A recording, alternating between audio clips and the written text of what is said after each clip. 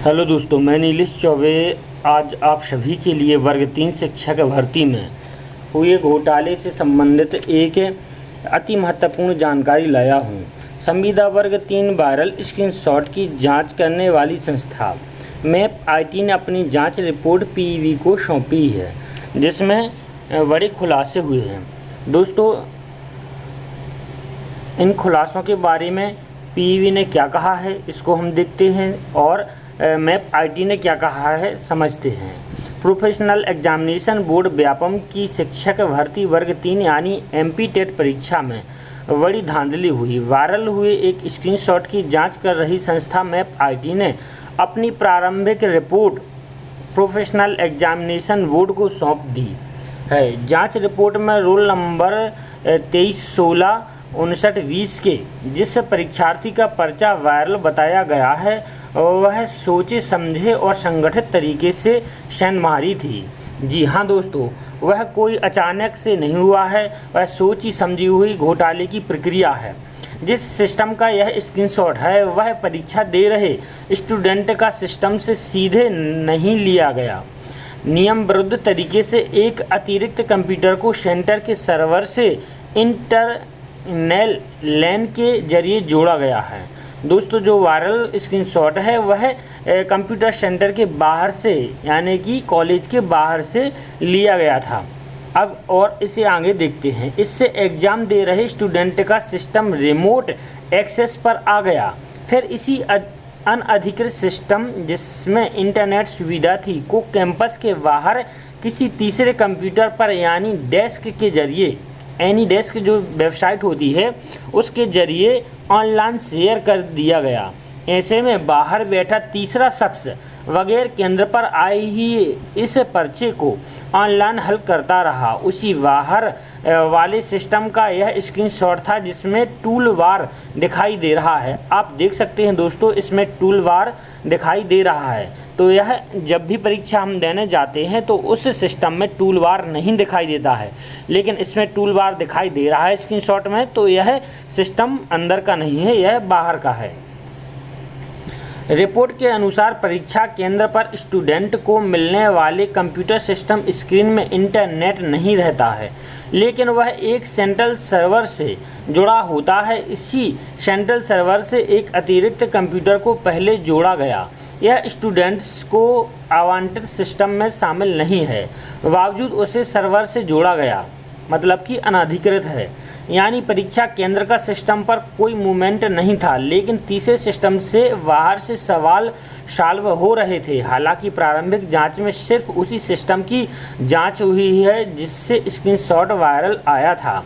जांच में परीक्षार्थी के अलावा इन्विजिलेटर और परीक्षा ऑपरेशन का काम देख रही कंपनी एडुकेविटी की भी मिलीभगत उजागर हुई है। साथ ही ये भी बताया गया है कि परीक्षा संचालन करने वाली एजेंसी के सिक्योरिटी फायरवॉल भी इतनी बड़ी परीक्षा के लिए मुफीद नहीं है, मतलब कि यह उपयोगी नहीं है।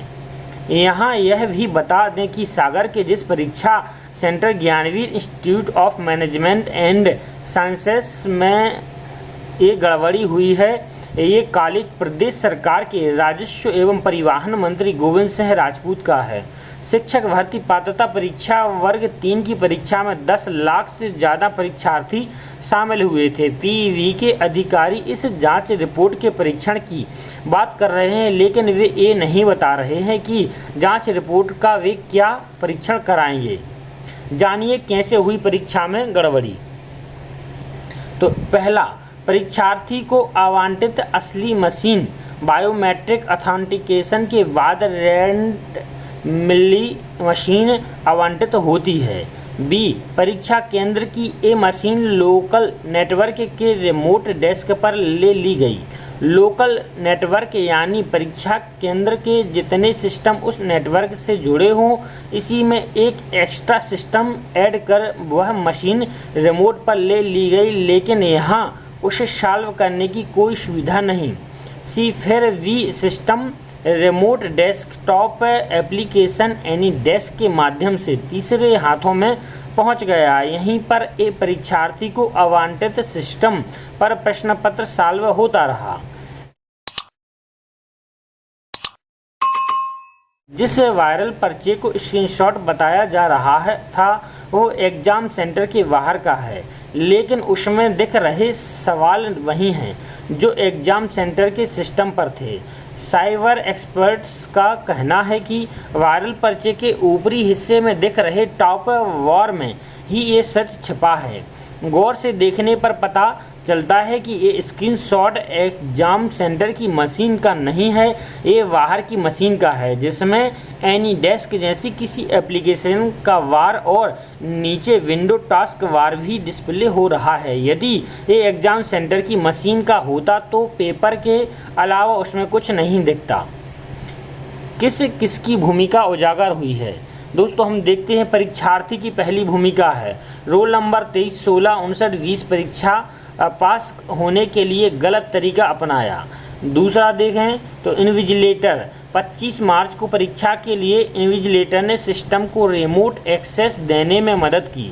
परीक्षा एजेंसी एडुकेटी सिस्टम इतना फुल प्रूफ नहीं कि इसमें सेंधमारी ना हो पाए।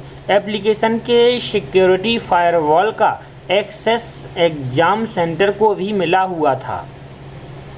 परीक्षा पर भी सवाल हैं दोस्तों। अब ये तो 25 मार्च का बस पकड़ में आया है, इसके पहले क्या हो रहा था और बाद में क्या हुआ है किसी को कुछ भी पता नहीं है, इसलिए इस परीक्षा में ही विश्वसनीयता नहीं है। जांच रिपोर्ट के बाद अब भर्ती परीक्षा पूरी तरह सवालों में घिर गई है। पहले पीईबी अधिकारियों ने कहा था कि प्राथमिक शिक्षक पात्रता परीक्षा के पर्चे का स्क्रीनशॉट अगर ड्यूरिंग एग्जाम का निकलता है तो परीक्षा के संबंध में भी कार्रवाई होगी। हालांकि अब अधिकारी इस रिपोर्ट का परीक्षण करने की बात कर रहे हैं। दोस्तों अब कहना मुश्किल है कि परीक्षा कैंसिल नहीं होगी, पूरी संभावना है कि परीक्षा कैंसिल हो सकती है। अब मामला क्या था? तो मामला यह था कि ग्वालियर के एक छात्र मदन मोहन दोहरे 25 मार्च को भोपाल के रायसन रोड स्थित एक स्कूल में एमपी टेट की परीक्षा देने गया था। जब वह लौट रहा था तो उसे धौलपुर का एक एजेंट मिला। उसने मोबाइल में पूरा पेपर दिखा दिया, 100% पेपर मैच कर रहा था।